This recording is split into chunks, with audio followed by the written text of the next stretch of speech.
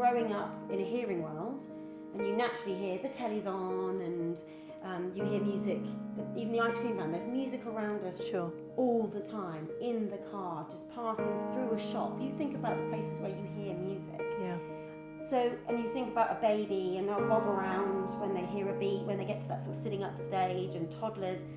Naturally, we dance before we speak, before we walk. It's inherent as part of your body's response to a rhythm.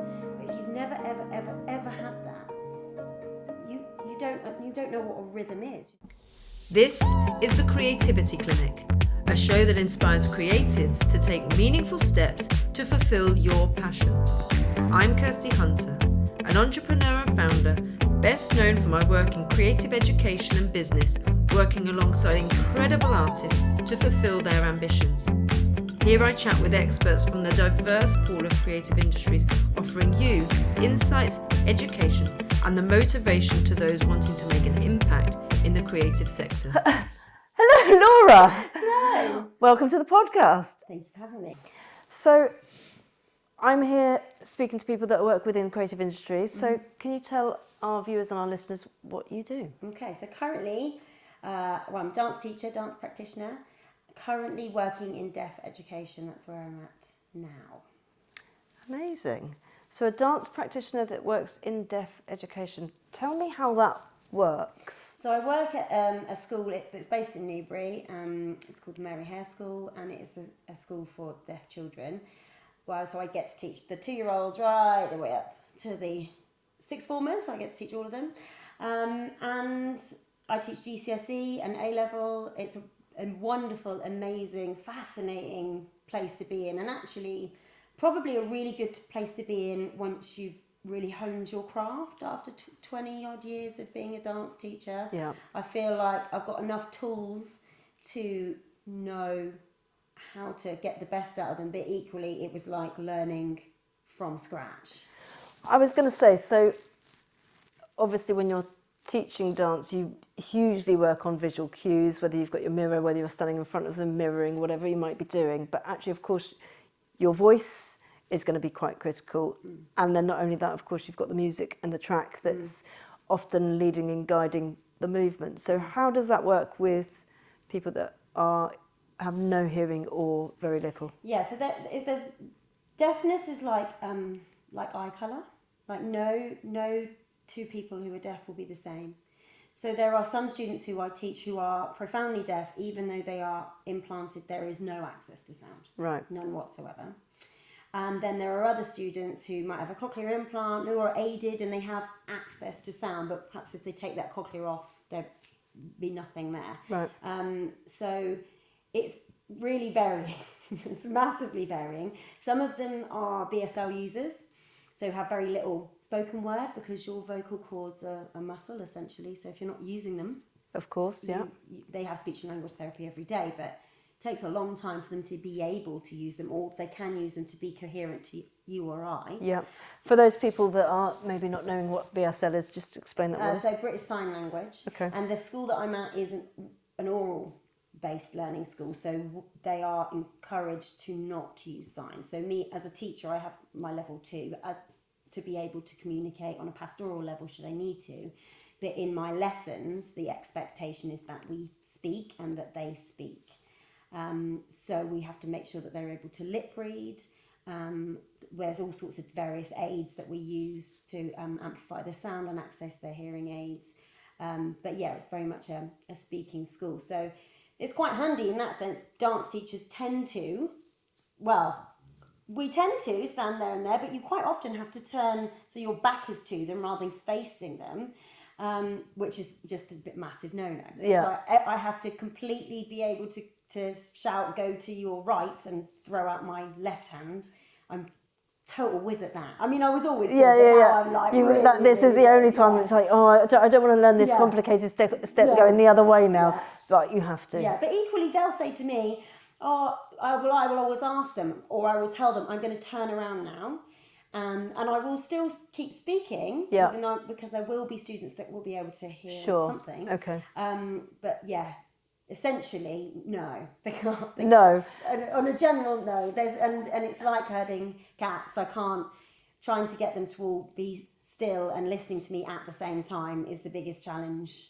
I bet, particularly for the little ones. For any of them, but But particularly the little yeah. ones, yeah. So just talk to me about GCSE and A level, because I know, having taught those subjects myself, they have to learn a set piece. So how does somebody who has no access to hearing understand a rhythm and beat? Yes, the set phrases that are on the current GCSE specification with AQA are not entirely accessible for our... You heard it here first. And I have actually had conversations with AQA about it. Right. Because they have to do 2 30-second solos performed to a 105 BPM metronome beat. Tick, tick, tick, tick. Now, the reason it's to a metronome beat and not a piece of music, as it always used to be, is so that they are showing expression entirely through their movement. Right. Without the enhancement of music. Yes. Right.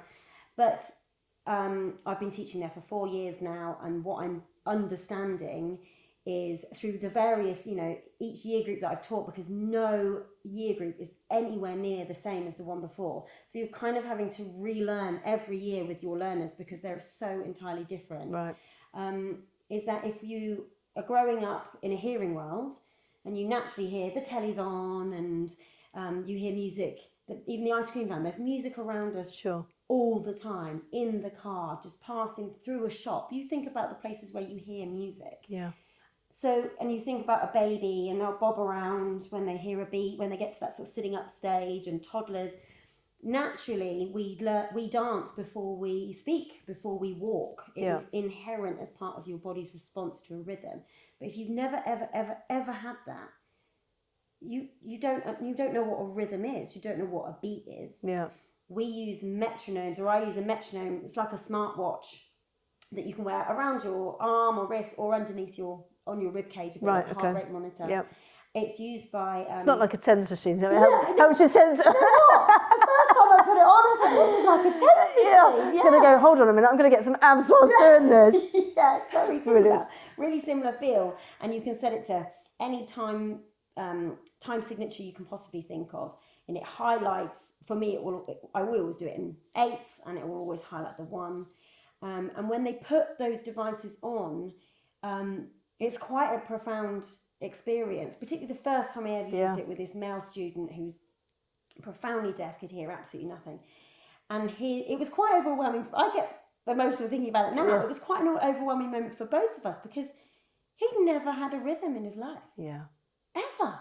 And yes, there's this idea that deaf people get a vibration. Yeah, of course they do, but it's like a vibration that you or I would get, like a but, like a something, but not a bam, bam, bam.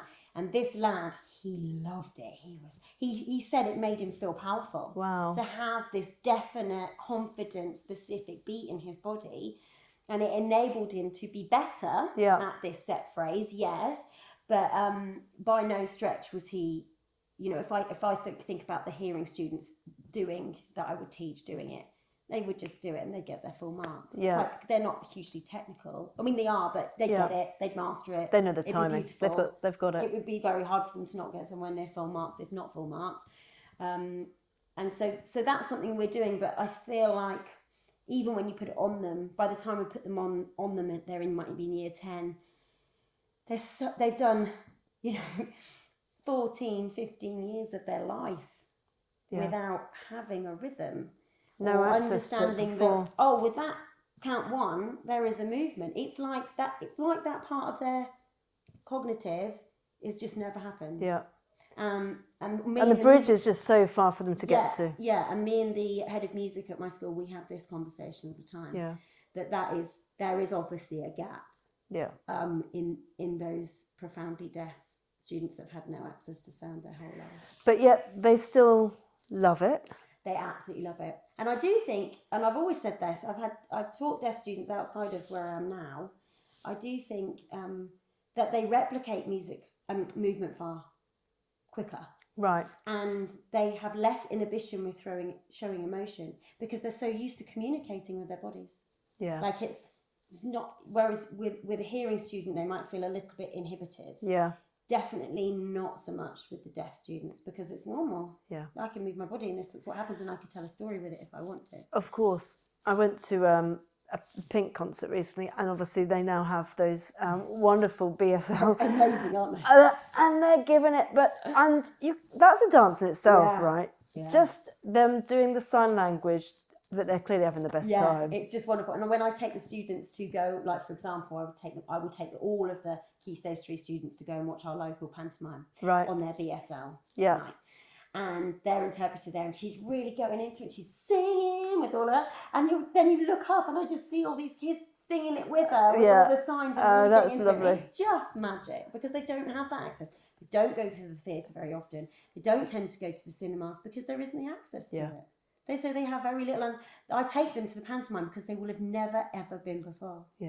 And that's something that we have to do as people, as educators. We have to give them access to the wider world and experiences like you would your own children. Yeah, absolutely. And having access to any sort of theatre is so powerful, isn't it? So, yeah, more people to make them more inclusive, definitely.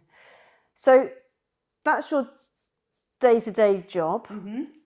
But talk to me about what you do or what you have done outside of all of those hours, alongside the 4 children that you've got and the full-time job.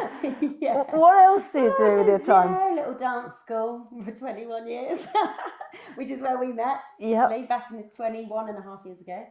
And it was a youth company established by a chap called Kofi Walker. And at the time, I had set up a little street dance club, I think. Yes, I had. And I was doing that because on my training is ballet, tap, modern, street, and that's what I was doing. So I was doing that, and then I read in the local newspaper that this chap Kofi Walker was making waves and doing amazing stuff at this local school. And I picked up the phone like you did, and I went, "Oh, I want to be involved in that." And went and was involved with him, and his intention was to establish a school. He wanted to call it a group, Ace Dance Company, which was because there was an incredible bunch of young people who really wanted to be dancers, and the idea was to just give them a bit of a step up and a professional level of training, essentially. And at that time, I was working in a sports centre and doing my little dance club on the side, and you were working at that school that was attached. So then we went and did that together, which was a great thing. And so it was back in 2003.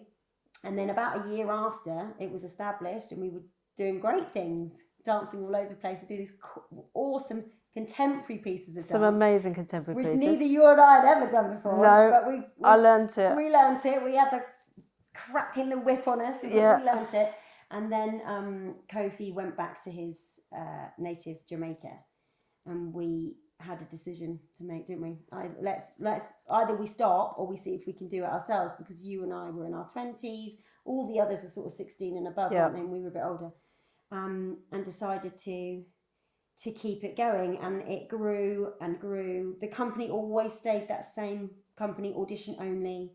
And then when we got to this year, we were a senior company, the original, and then junior company, an apprentice company, and a really thriving, buzzy, super fun Ace Kids Saturday school. So yeah, probably somewhere between 150 and 200 participants coming along.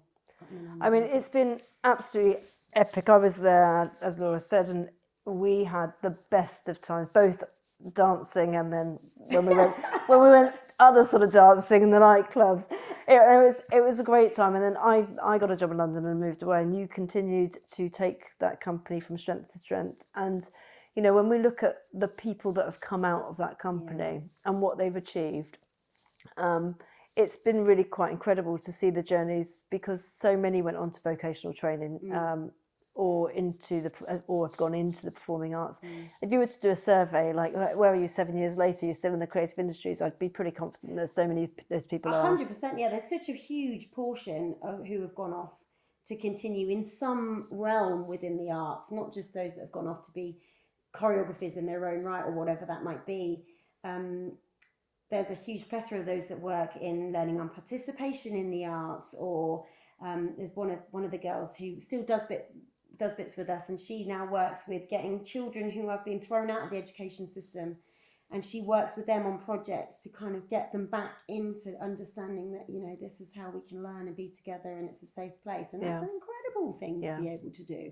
And I do think that as much as we've got these huge superstar stories from dancers that have passed through, the ones that have gone on to just be able to feel confident and gain something of personal value that they've carried through to their adult life and beyond is even more significant than the big stories and the big wins. I think it's the power of movement, the power of people coming together, and you just don't realise when you're in it, I don't think, quite how much that really supports your own mental health alongside your physical health, because of course you're going to get fitter if you're going to be dancing, but that group and sort of element of team was just so wonderful, and it sort of creates another family almost, doesn't it? And I think where we were very much a family, and everyone had to be accountable, and we all were together, and that was that.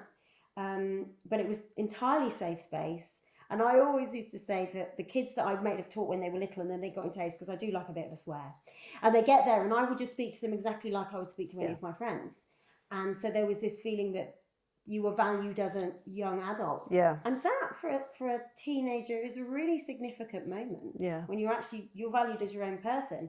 And the emails didn't go home to mum and dad anymore. They came directly to you. Or, well, it wasn't even emails back in the day, was it? It wasn't even a message because we didn't even have phone. Letter. Quill. Well, yeah. But it was up to you that you got yourself there and you told whoever needed to get you there that was it. And so the onus was entirely on them, and it gave them responsibility for their learning, and that shifts it. Yeah. And gave it more gravitas, and probably then that's why it became more important, I think, because of that. And anyone that then visited and came back to do Ace after the years that they left, whenever they came back, always said, "Gosh, just like it was when I was here." Yeah. Even though it was an entirely different class of people. Yeah. Aside from me being sort of the front. Well, they do, yeah.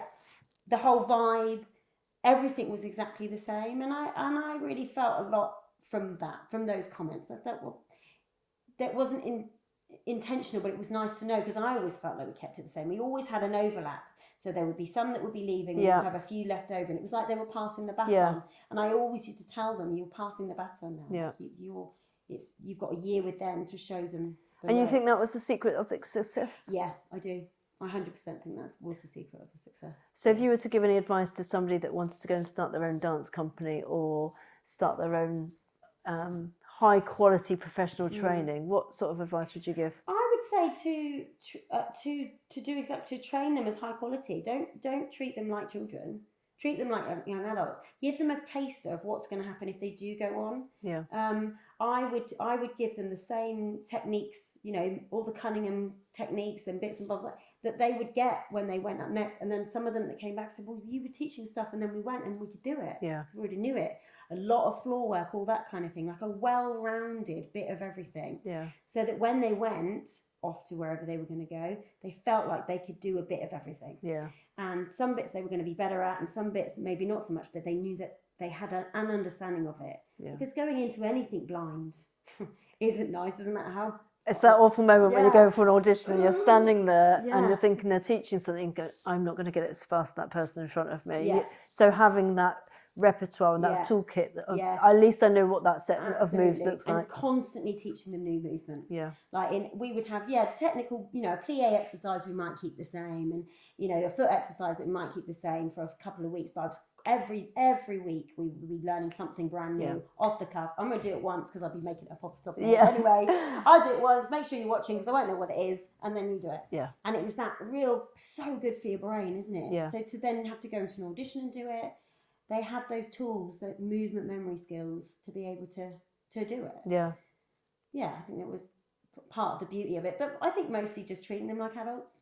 Yeah. And speaking to them like adults, holding them accountable, but really loving them as well, like really love them all. As if, and I suppose the older I danced in Ace until I was 30 something, I think I did. I think I was pregnant with the second one, and I was like, I think I need to stop. It's time. But I stopped when I could have been there parent. Yeah. Yeah, when we worked out, I think it was when Lewis Cook was in the company, and he was like, "You could be my mum," and I went, "Oh my god, I could." Okay, I would have had a slightly early, maybe a teenage pregnancy. That's fine, but yeah, I could be. Yeah. Your mum. And then I thought, okay, I'll give it a rest. Yeah, after I'll this. just choreograph now. Yeah. And actually, then in the last couple of dance platforms that I've run, I was thinking, oh my god, I used to be choreographing and performing and running. Yeah.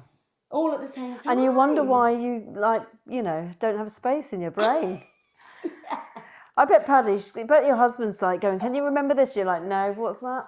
Like, I've got space for everything else. It's when you get home, he goes, "What are we having for dinner?" Don't ask. No, I can't make that decision. I can't do it. No. 25 decisions all day long. Don't ask me anything. So, 21 years of ACE. Yes.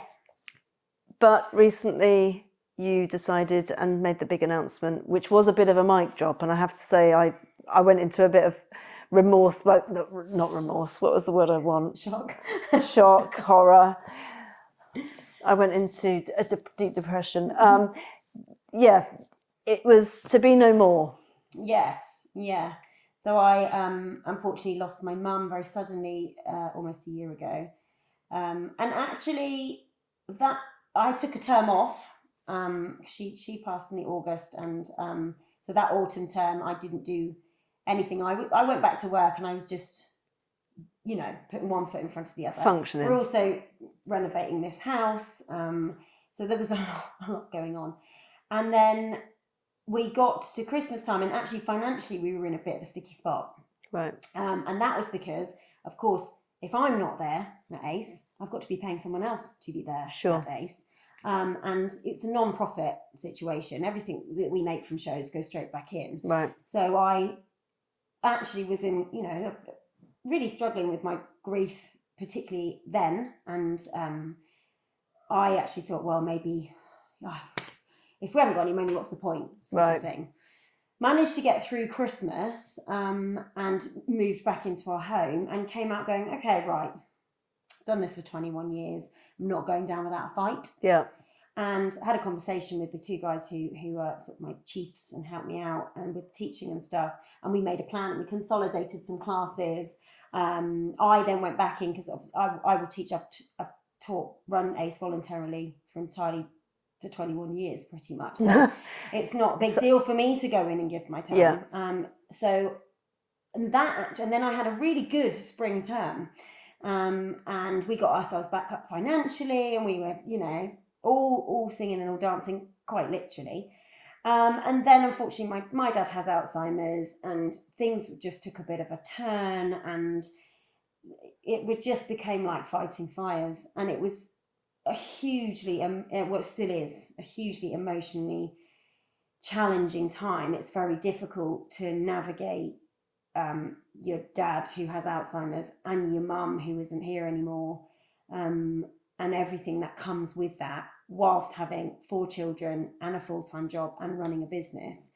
And so the summer term became more challenging. Yeah. And in the summer term, I was starting to think, well, I'd rather go. I just wanted to be at home. I wanted to be at home with my husband and my children. That's where I wanted to be. And it was also because I'd get to ACE and I didn't really have anything to give. Yeah. Creatively, my tank was completely empty. And then also with that, Emily, who's my kind of number 2 at ACE, she's about to have her second baby. And she's been doing all of my admin since my mum suddenly took very unwell. She just took over everything. And there was nothing like having that person who she didn't even ask me a question. Right. She just did it. She just gets on with it. She just got on with it. She just uses her bloody brain at the Yeah. end of the day. And she's not going off and have her next baby. And so she's not going to be able to do all my admin for me. Like, I wouldn't expect that from her. It's different when it's your own business. I remember being in hospital after giving birth to my second, doing emails. Yeah. But it's different because it's your baby. Your business baby, not my baby. And, so there was that thought of, I just don't know if I've got it in me to go back in September and do all the admin on top of everything else. And so it was the hardest decision. But actually, I started going to therapy, and I think the decision was already made. Right. But I hadn't found peace with it in order to action it. Yeah. And actually going to therapy, she helped me realise that the decision was made. Yeah. I mean, you're as mad as a box of frogs, and one of the busiest and so talented in the fact that you have managed to juggle so many things throughout your life.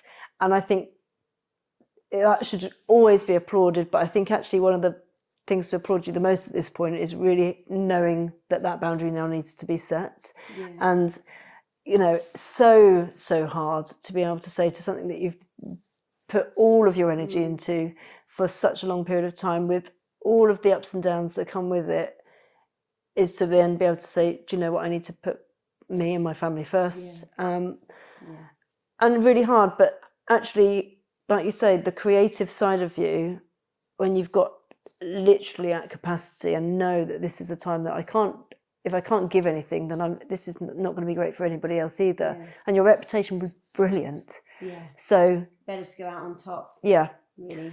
Yeah. I think that was definitely where I'd got to. It was the hardest decision to make. But I knew ultimately it was the right decision. Yeah. In my heart of hearts.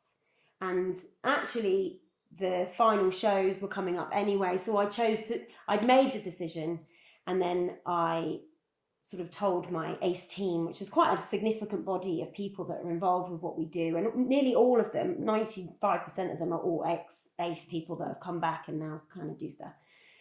I told them first, and I said, but until we've told the wider community of all of our families, if you could just keep it under your hats, which they were really respectful and did do, obviously.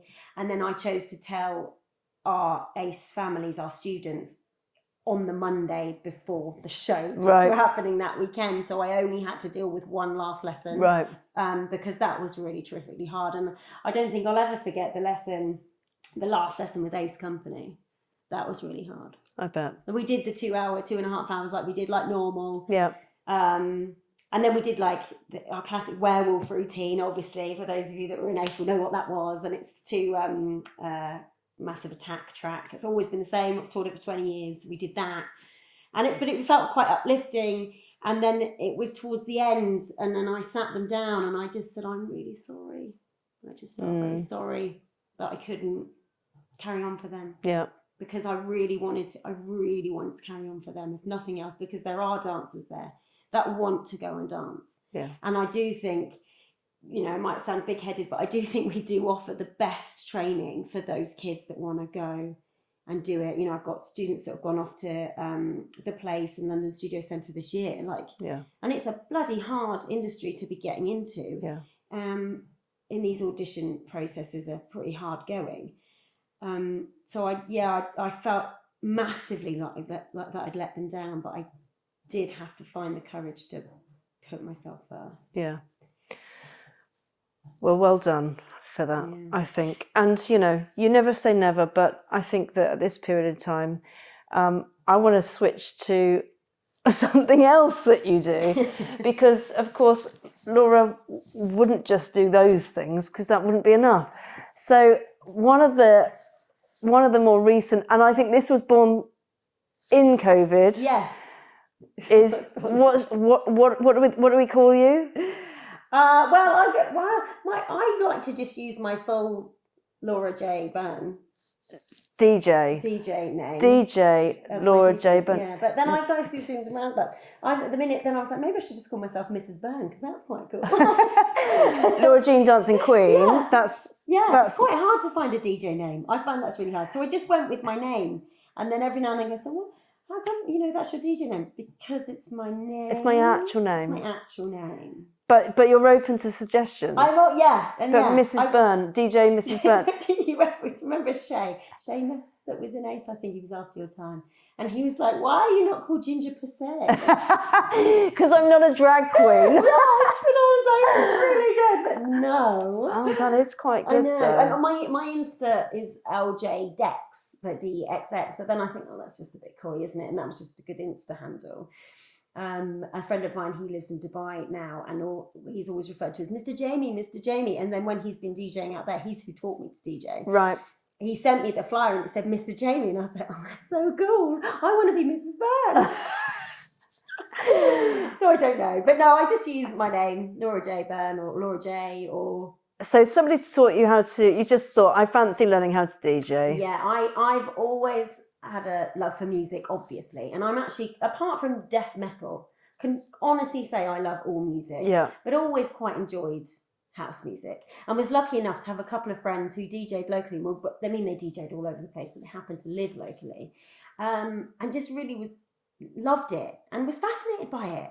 And I think somewhere in my heart thought, like, I reckon I could do that. Yeah. Like, when you've been a dancer your entire life, and that 5, 6, 7, 8 is inherent in your body, at a drop of a hat, you would never miss the one. That's essentially what DJing is. Yeah. And just having a knowledge of music and the structure of music gave me an upper hand 100%. So during COVID, this particular friend, Mr. Jamie, we'll call him because that's quite funny, he was living on his own. So when you could create a bubble. Yeah. So we did 2 things in that bubble. First thing was that we mastered the perfect margarita. That is also essential. Yeah. During that time. Life lesson. Yeah. It was a lot of fun making the margaritas, and a lot of lines, but very worth it. And the second thing was teaching me to DJ. So we started that, and then at the first Christmas time, my husband got me like this little set. I think it was Christmas, I can't remember, like a little thing. And it became actually, what I didn't appreciate, what it did was it was a complete escapism. Right. So when you're learning a skill like that, you cannot possibly think about anything else. No, there's no multitasking. No, you're in. But I can be teaching a lesson and I'll be doing a warm up, thinking about, did I put that washing on the line, or what am I going to have for dinner, or where, I can be thinking about 100 million things, and things will be coming out of my mouth, and movement will be happening, and it's not correlating with what's going on in my head. So to be able to do something which it takes up in every inch of your brain space, but you're listening to music that you love. Genius. Really loud. Yeah. It's the best thing I've ever learned to do. And they do say, like, learning a new skill like that is so good for your brain, especially when you're into your 40s and stuff. And creative, but you're listening to stuff you love, but then you're making those creative connections by bringing different pieces together. Yeah, totally. So that was all just for a bit of fun.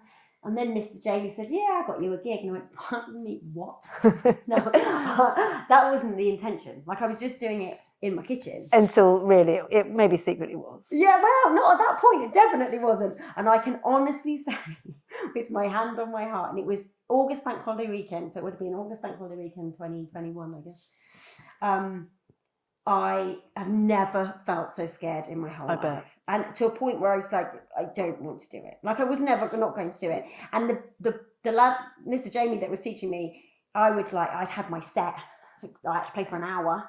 Yeah. Had my whole set totally organised. And he was like, no, just, listen to the crowd. I was like, I'm not listening to the crowd. This is what I'm going to play. Yeah. And I'm a choreographer at the end of the day, and it needs to be perfect. Yeah. And that's how we're going to go. And did it, and it was the most amazing experience. I think for certainly the first 20 minutes, probably longer, I don't think I looked up, not once. And then when I eventually did look up, they were dancing on the tables. Brilliant. And it was truly magic. And so the first few times I DJ'd, that was very much how it was. But now I don't practice anything. I've just got my USB stick, and I just go, and it's just the best fun. And I sort of found my vibe, which is like funky house, disco, retro, mashups, bootleg type things. When I go and hear a DJ, I want to be able to sing and dance. Yeah. I want to know it. I want to have that feeling going, oh, I know this, and it's really old. This is my song. Yeah, this is my song. Exactly that. So that's what I do. I go quite classic. I love finding bootlegs with Madonna in, for example, or I've got a really cool one which has got it's Vanilla Ice Baby, but it kind of isn't, but it's mashed up with something else. And I love playing those sorts of tracks. Amazing. Because it's just fun. Yeah. And it should just be fun. And so does this pay you money? They do pay me, yeah. They do. They pay you? The free shots are more fun than the money. Okay, so you get free shots, so you can drink, listen to music, be with great people, and dance. And that's the other thing, because I think it's a very male heavy.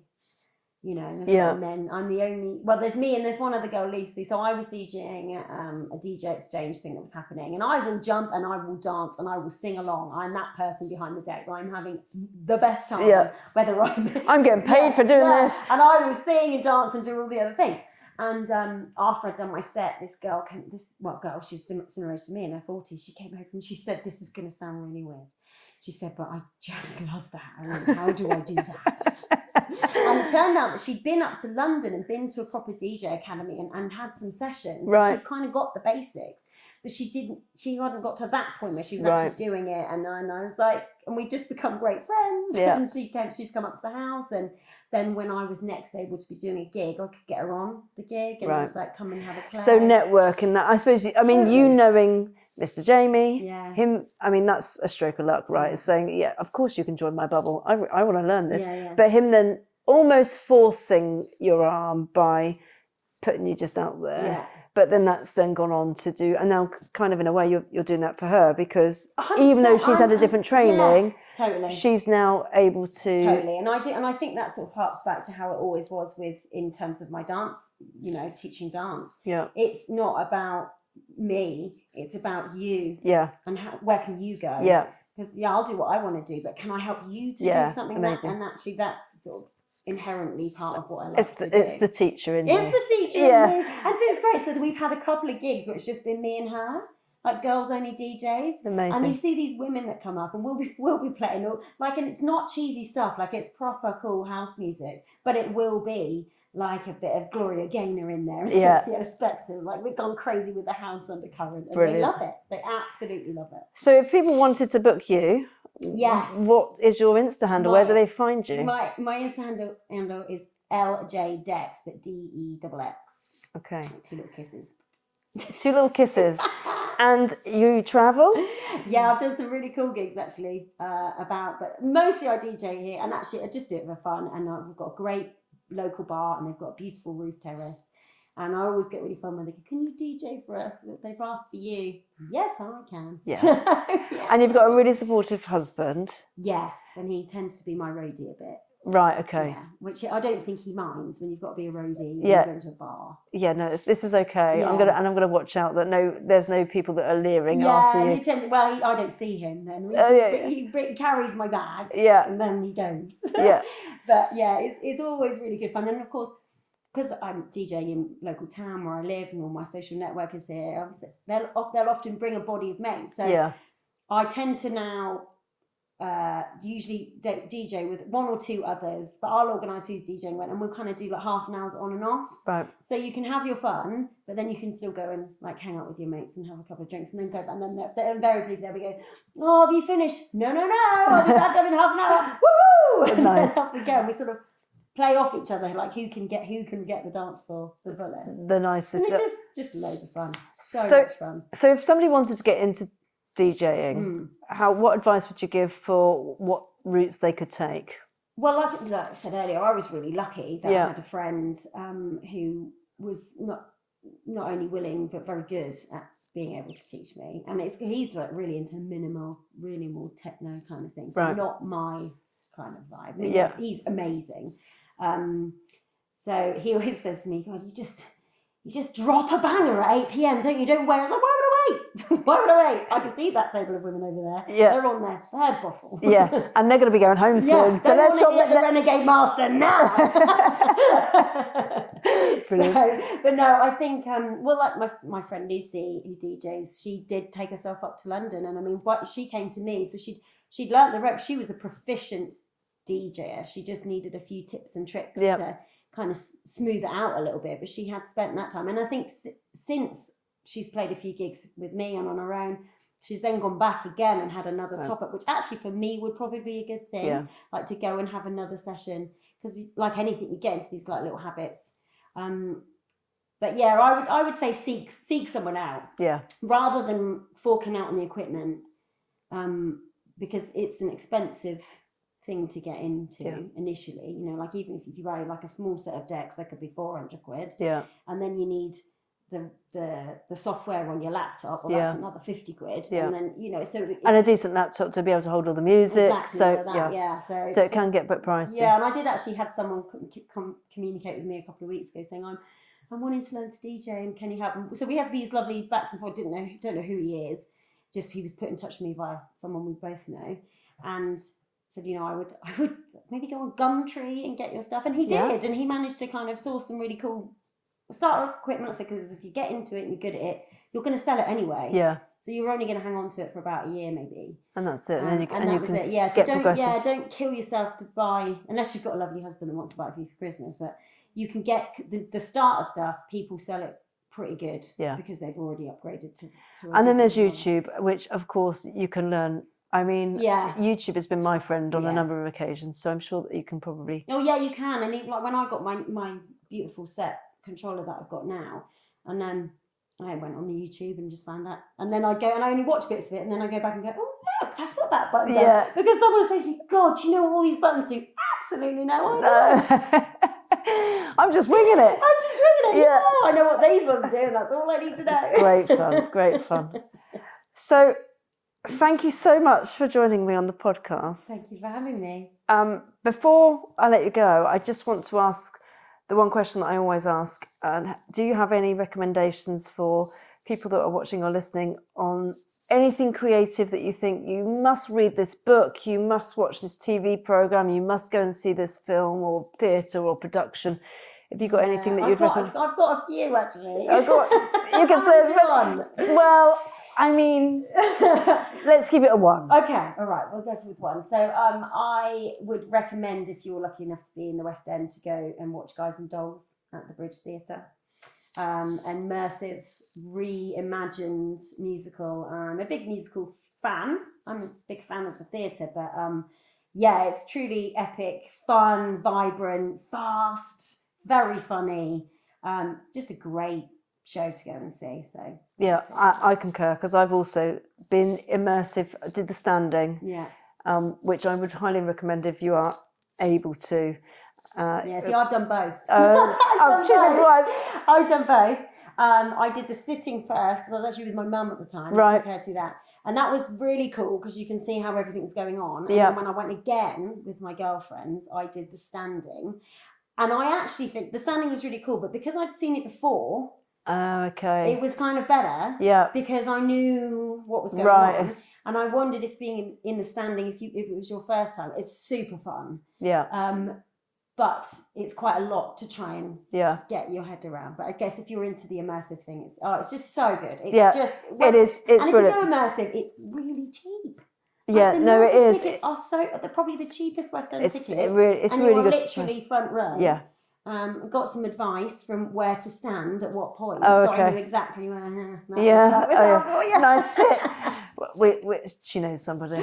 We might know a few people. I think it only runs till January though. I think that's right. So yeah. January 2025. So if you do want to go and see it, then you need to get your tickets soon. Yeah. Thank you so much. Thank you for having me.